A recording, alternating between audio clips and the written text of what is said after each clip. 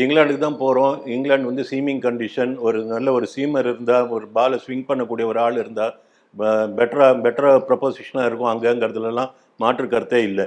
But இல்லையே, உங்ககிட்ட இல்லாத பட்சத்தில் என்ன பண்ணுவீங்க? ஒன்று இருக்கிறத வச்சு இருக்கிற ஆளை வச்சுட்டு அந்த கண்டிஷனுக்கு போட தயார் பண்ணணும். அப்படி இல்லைன்னா உங்ககிட்ட இருக்கிறதுல எது பெஸ்ட்டுன்னு பார்க்கணும். உங்ககிட்ட இருக்கிறது பெஸ்ட்டுங்கிறது ஸ்பின்னர் தான்.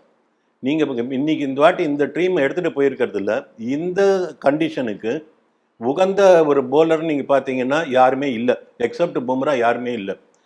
இருக்கிறதுல எது உங்களோட ஸ்ட்ரென்த்து அப்படின்னு பார்த்தீங்கன்னா ஸ்பின்னு தான் உங்களோட ஸ்ட்ரென்த்து. தைரியமாக ஸ்பின் ஆடணும். கண்டிப்பாக நீங்கள் என்ன கேட்டிங்கன்னா ஷார்துல் பிளேஸுக்கு நான் கண்டிப்பாக குல்தீப் யாதவ் தான் கொண்டு வருவேன்.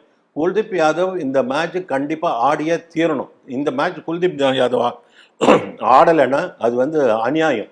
அதை பற்றி அப்புறம் கிரிக்கெட்டை பற்றி அவங்க யோசிக்கலன்னு அர்த்தம்.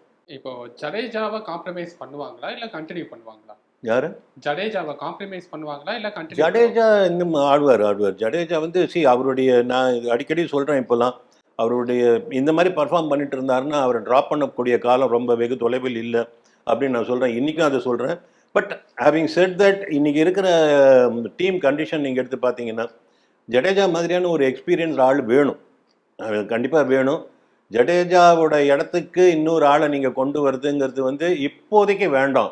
ஜடேஜா அட்லீஸ்ட் இந்த மேட்ச் அவர் ஆடணும் அப்படிங்கிறத மாதிரி தான் என்னோட அபிப்பிராயம். நீங்கள் ஜடேஜா வேணும், பட் அதுக்கு பதிலாக இன்னொரு ஸ்பின்னரை நான் உள்ளே கொண்டு வரணும்னு நினச்சிங்கன்னா நீங்கள் வாஷிங்டன் சுந்தரம் உள்ளே கொண்டு வரத்துக்கு எங்கேயாவது அகாமடேட் பண்ணலாம் பார்க்கலாமே தவிர ஜடேஜா இடத்துக்கு இல்லை, இந்த மேட்சை பொறுத்த வரைக்கும் இல்லை.